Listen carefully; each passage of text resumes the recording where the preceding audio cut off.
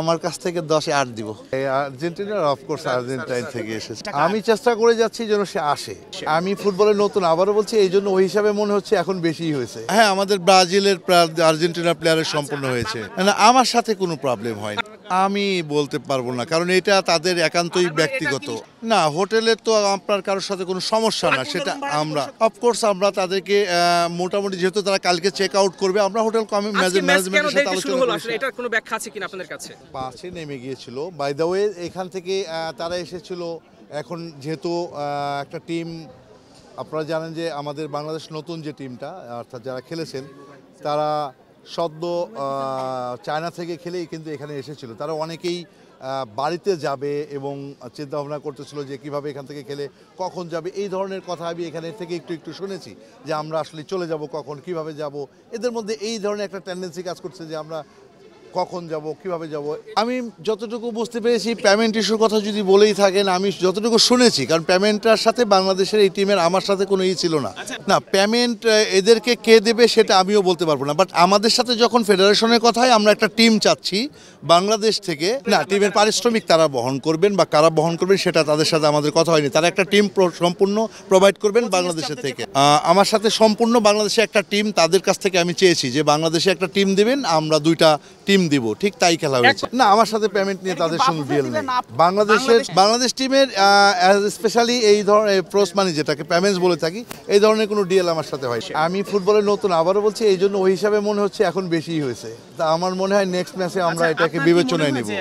না, তা নয়, এটা আমি গত ফেব্রুয়ারি থেকে শুরু করেছি। সো আমি জানি না হামজা চৌধুরী কবে বাংলাদেশে এসে স্টার্ট করেছেন, বাট আমি এটা ফেব্রুয়ারি থেকে ট্রাই করতে করতে এখানে এসে ইভেন্ট করেছি।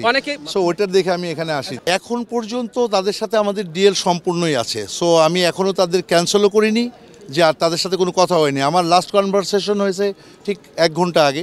So until everything is fine. 1 ঘন্টা আগে কি বলেছে তারা? ওরা, আমাদের পেমেন্ট ইস্যু আছে ওদের সাথে। আমাদের পেমেন্টটা যদি আমরা সকালের মধ্যে পেমেন্টটা করতে পারি, ক্লিয়ার করে দিতে পারি, আমাদের পৃষ্ঠপোষকতা নিয়ে এটা নিয়ে আমরা অনেক কথা বললাম।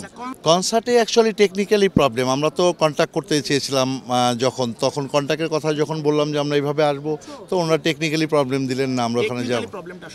আমি অ্যাকচুয়ালি যেহেতু আমি কারোর সাথে কন্ট্যাক্ট করতে গেছিলাম, ওনারা বলেছেন যে আমাদের সুকান্ত দাদা উনি বললেন যে ওনারা আসতে পারবেন না।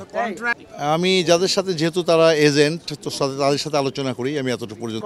না, আমার তা মনে হয় না। আমি আসলেই ডেভেলপমেন্ট করার চেষ্টা করছি, এর বাইরে কিছু নয়, টু বি অনেস্ট। অফকোর্স যদি উনি না আসেন, এটার জন্য তো আমরা যেহেতু একটা কন্ট্যাক্টে আছি এবং প্রপার ওয়েতে আছি, আনটিল না ভাবমূর্তির ক্ষুণ্ণ হবে না। অফকোর্স আমি চেষ্টা করে যাচ্ছি যেন সে আসে। আমি অ্যাকচুয়ালি টিমের ব্যাপারে, যেহেতু থার্ড টায়ারের টিম, তো থার্ড টায়ারের টিম হিসাবে ব্রাজিল দলটাকে তো ভালোই মনে হলো, বাট আর্জেন্টিনাও যেভাবে খেললো আমার মনে হয় না যে আর একটু ভালো করা।